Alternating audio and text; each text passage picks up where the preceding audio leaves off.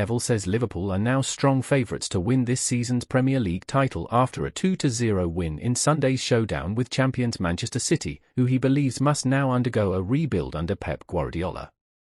Arne Slot's side are 9 points clear at the top and 11 ahead of champion City, who have now lost 4 successive league games in the same campaign for the first time since August 2008. Liverpool were straight out of the blocks to dominate, and Cody Gakpo turned in Mohamed Salah's cross for a 12th-minute lead.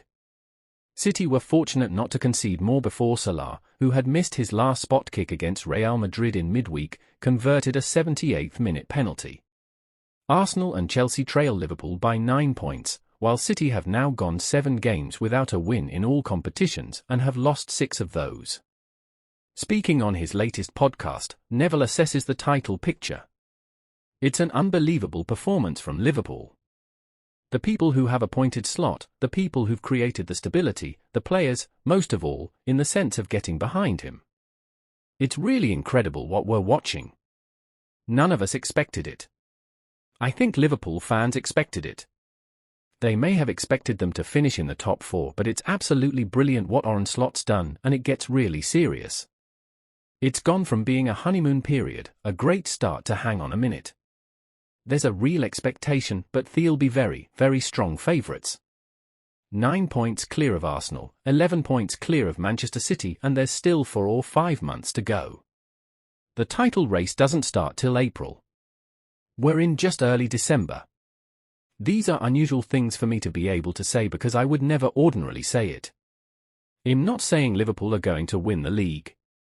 I still think there's a long way to go. But there is no doubt that now there'll be an expectation. I wouldn't ever say if they don't win it from this position they'll have bottled it. I don't believe that'll be the case. I think they will have a difficult patch at some point in the season.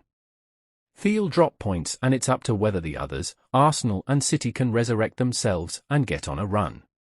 Arsenal have got to go and win 4, 5, 6 games on the bounce.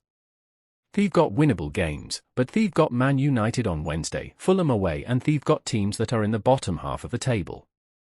If they win 5 or 6 games and Liverpool just draw 2 games, they're within 5 points all of a sudden, and that's not Liverpool bottling it, it's just the fact you've drawn 2 games.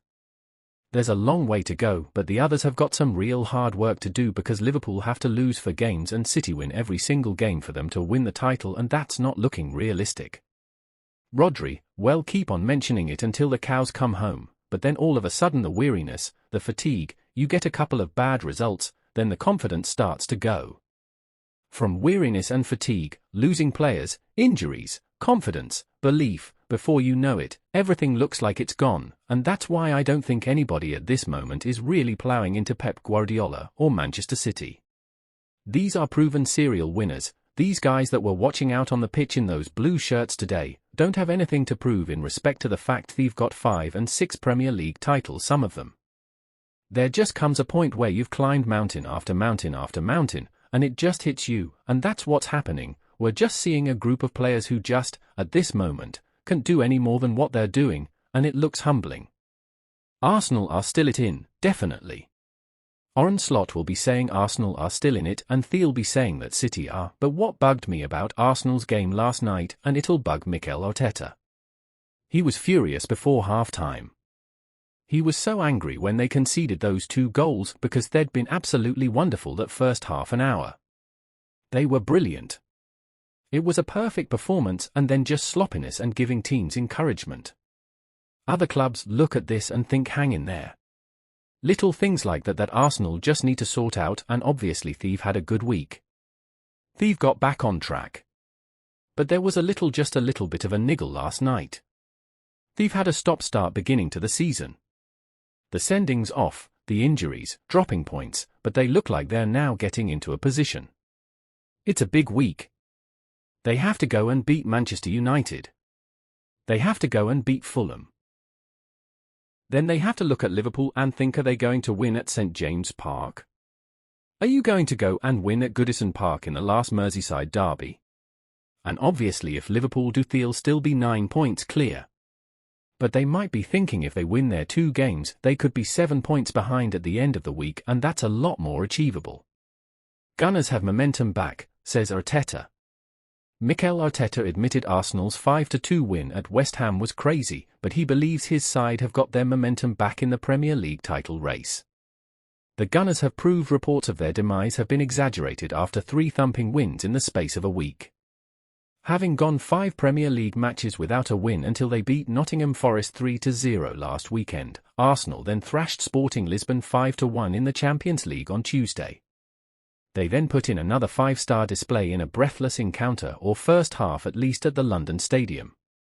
The Gunners can now put their feet up and watch title rivals Liverpool and Manchester City try to take points off each other on Sunday. It was a record-equalling scoreline, only the 4th time 7 goals have been scored in the first half of a Premier League match. That tells you how crazy it was, said Arteta. A spectacular 30 minutes straight away showed how much the team wanted it, to score 3 great goals in different ways, and then the 4th. But then after that we had a period with the quality of them, at 4-2 and it's game on, the energy changed. And what's next? So it was great to score the 5th one, and we could play a very different game in the second half.